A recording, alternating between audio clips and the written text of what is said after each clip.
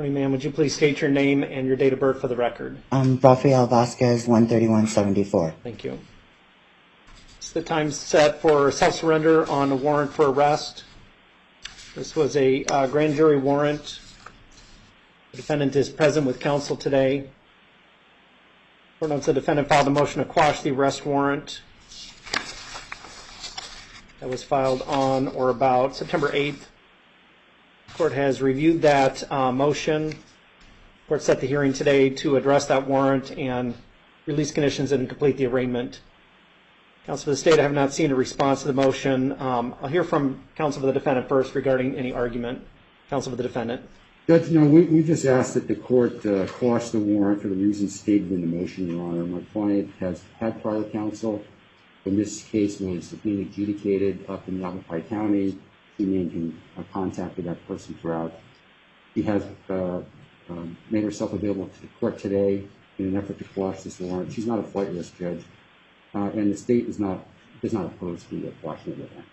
All right, counsel, just to clarify, the case in Yavapai County, was a defendant charged in Yavapai County, or was that all pre-filing? My understanding was pre-filing. All right, counsel for the state. The state does not object to the quashing of the warrant. The state requested a warrant due to the fact that we did not know where he was located, and the attorney that represented her had told me he had no contact with her. So at this time, considering it's been 2.5 years, the state feels no reason not to quash the warrant. All right. Court will grant that request. Ma'am, the court's going to release you on your own recognizance.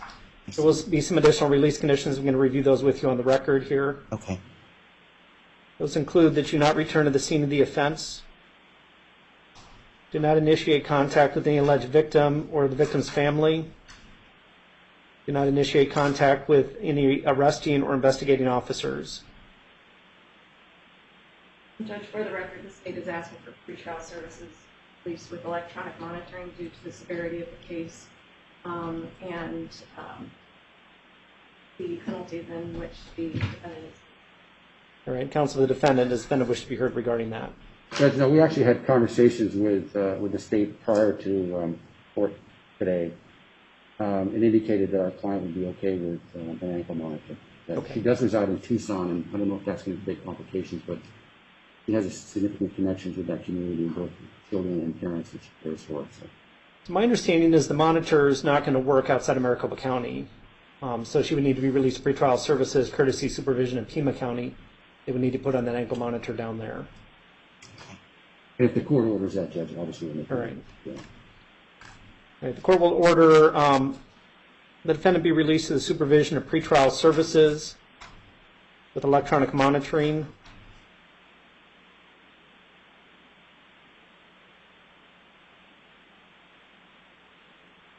I'm going to order electronic monitoring without any specific provisions regarding house arrest or curfew. I'm going to allow pretrial services to make the determination about any appropriate restrictions.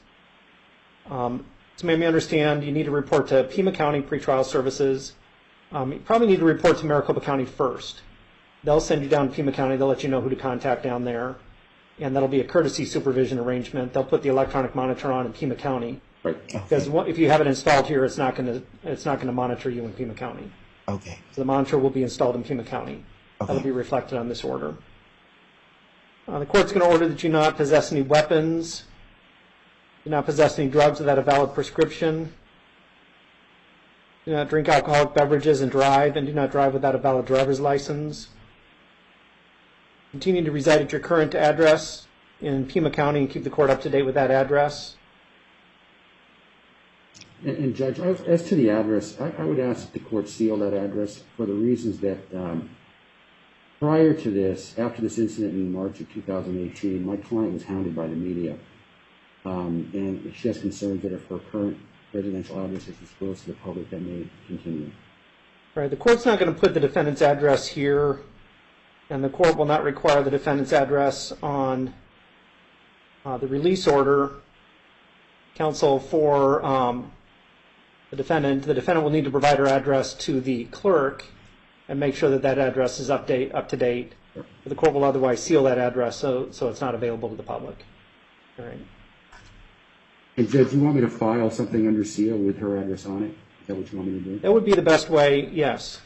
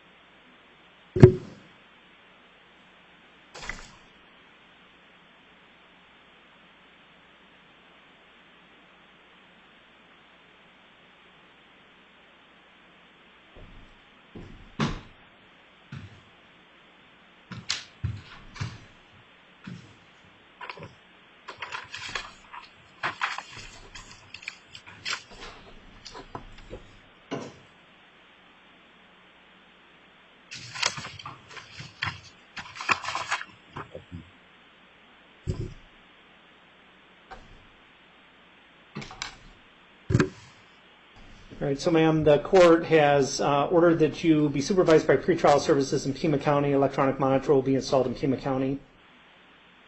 Court will order the defendant's address be sealed.